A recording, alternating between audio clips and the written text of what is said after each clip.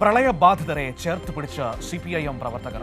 CPIM Thiruvalla Nedumpram local കമ്മിറ്റിയുടെ നേതൃത്വത്തിൽ 2700-ലധികം കിറ്റുകൾ പ്രളയബാധിത മേഖലയിൽ വിതരണം ചെയ്തു. ജില്ല മുഴുവൻ CPIM-ന്റെയും വർഗ ബഹുജന സംഘടനകളുടെയും നേതൃത്വത്തിൽ ആയിരക്കണക്കിന് കുടുംബങ്ങൾക്ക് കിറ്റുകൾ നൽകി.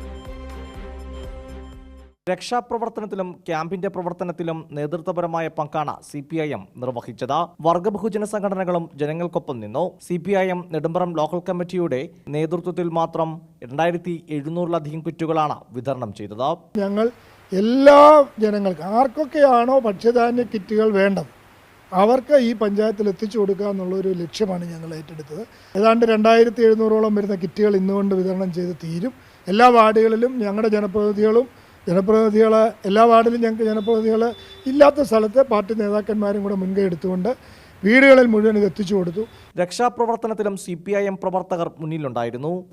പ്രളയം വന്ന് കഴിഞ്ഞ ഉടനെ ആളുകളെ രക്ഷപ്പെടുത്തി ക്യാമ്പിലെത്തിക്കുക എന്നുള്ളതായിരുന്നു പ്രധാനം.